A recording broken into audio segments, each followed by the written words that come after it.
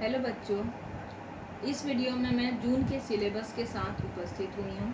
आज मैं पाठ 5 जहाँ चाह वहाँ राह के पाठ की चर्चा करेंगे हम लोग। इस पाठ की लेखिका हैं शिवानी जी। शिवानी जी का जन्म 17 अक्टूबर 1923 में गुजरात के राजकोट जिले में हुआ था। यह एक अच्छी उपन्यासकार थी। यह आधुनिक विचारों की समर्थक भी थी। अब इस पाठ की ओर बढ़ते हैं। जैसा कि नाम से पता चलता है, जहाँ चाह वहाँ राह। अगर हमारे मन में किसी कार्य को करने के प्रति पूरी निष्ठा और लगन है तो ऐसा कोई भी कार्य नहीं है जो करने में हमें कठिनाई हो, जो कार्य हम ना कर सकें। इस पाठ में लेखिका ने एक युवती के बारे में बताया है जिसका नाम डॉक्टर चंद्रा है। यह डॉक्टर चंद्रा, जिसके सिर के निचला हिस्सा, सिर के नीचे का भाग पूरी तरह से पोलियो से ग्रस्त है। यह 18वें महीने में ही इस बीमारी से ग्रस्त हो गई थी और जिसके कारण उसका नीचे का भाग काम नहीं करता है। लेकिन उसके इतना होने के बाद भी इस लड़की ने, डॉक्टर चंद्रा ने, कई उपलब्धियां हासिल की जिसे असामान्य व्यक्ति के लिए पाना असंभव है। आज इसी के बारे में इस पाठ में हम चर्चा करेंगे। इस पाठ में लेखिका बताती हैं कि कभी कभी ईश्वर हमें, विधाता हमें ऐसे लोगों से मिला देता है जिसकी रिक्तता को, जिसे देखकर हमें अपने जीवन में जो खालीपन है, जो रिक्तता है, वह भी छोटी लगने लगती है। मतलब सामने वाले को बहुत अधिक दुख मिलने के बाद भी वह कभी ईश्वर को उसका जिम्मेदार नहीं ठहराता है। लेकिन हम अपनी छोटी छोटी गलतियों के लिए, अगर कोई गलती हमसे हो जाए, अगर कोई ऐसा कोई कार्य हो जाए तो हम उस कार्य के लिए भी ईश्वर को ही जिम्मेदार ठहराते हैं। यहाँ पर लेखिका बताती है कि उस लड़की को देखकर यह एहसास होता है कि ईश्वर ने उसे इतना दुख देने के बाद भी उसने ईश्वर के सामने कभी ईश्वर को उसका जिम्मेदार नहीं ठहराया। यहाँ पर लेखिका बताती है कि मैंने पिछले ही महीने एक ऐसी अभिशप्त काया, मतलब श्राप से ग्रस्त एक ऐसी काया को देखा, एक ऐसा शरीर को देखा जिसे विधाता ने इतना कठोर दंड दिया है, लेकिन इसके बावजूद भी वह जो शरीर है वह एक युवती है, जो वह कभी भी ईश्वर से इसके बारे में उसे भला बुरा नहीं कहती, इसका जिम्मेदार नहीं ठहराती। लेखिका बताती है कि एक युवती है जिसका नाम डॉक्टर चंद्रा है, जो उसके घर के बगल में ही रहती है, और बताती है कि उसका घर का छत भी इसके घर के छत से सटा हुआ है। वह बताती है कि एक शानदार कोठी है जिसमें वह युवती रहती है। यह युवती को अक्सर उसकी माँ के साथ, जो बूढ़ी हो चुकी है, यह बूढ़ी औरत के साथ हमेशा अपने माँ के साथ एक कार से नित्य हर दिन वह उतरा करती है, जिसे लेखिका अक्सर देखा करती है। जब उसे वह पहली बार देखी तो आश्चर्यचकित रह गई, क्योंकि वह देखती है कि यह जो बूढ़ी औरत है वह कार से उतरती है और उसके बाद अपने कार के पीछे वाले सीट से व्हील चेयर निकाल कर रख देती है और वह घर के अंदर चली जाती है। वह देखती है कि कुछ देर में उस कार से एक ऐसी युवती उतरती है जिसके सिर के नीचे का भाग काम नहीं करता है। वह धीरे धीरे उतरती है और वह बैसाखियों के सहारे से व्हील चेयर पे बैठती है और वह धीरे धीरे घर में चली जाती है। अब लेखिका नित्य दिन उसे, हर दिन उसे उस ऐसा कार्य करते हुए वह देखा करती है। लेखिका बताती है कि वह उसके घर के बगल में होने के कारण ही कुछ दिनों, हमेशा जब वह उसे आते जाते देखती है तो कुछ दिनों के बाद उन लोगों की दोस्ती हो जाती है, जान पहचान हो जाती है, वह उसके घर आने जाने लगती है। लेखिका बता रही है यहाँ पर कि जब वह उसके घर आने जाने लगती है और उसकी जब वह कहानी सुनती है, उसके जीवन की जो सच्ची घटना घटती है उसके साथ, वह घटना जब सुनती है तो वह आश्चर्यचकित हो जाती है। वह बताती है कि नीति के ईश्वर ने उसके साथ ऐसा कठोर दंड दिया है जो सभी के लिए अमान्य है, जो असहनीय है। इसके बावजूद भी वह मुस्कुराते हुए अपने जीवन को नित्य पार करते जा रही है।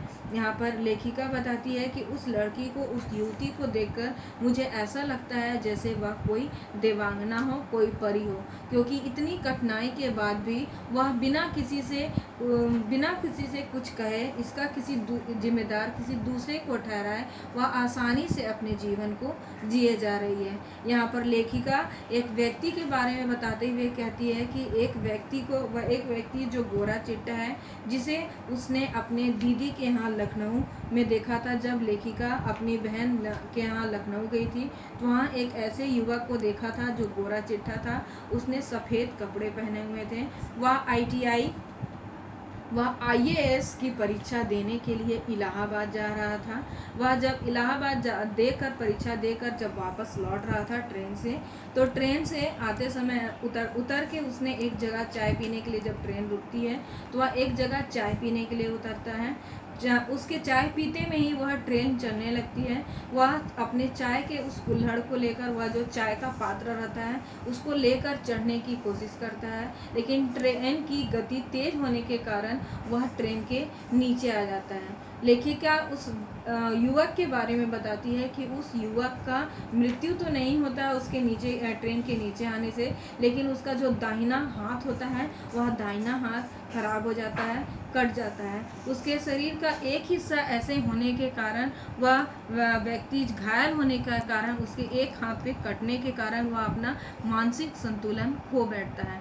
लेखिका बताती है कि उसका मानसिक संतुलन खो बैठता है। वह धीरे धीरे उसे ऐसा लगने लगता है कि अब वह इस संसार में कोई कार्य नहीं कर सकता, किसी भी कार्य को करने में वह सफल नहीं हो सकता।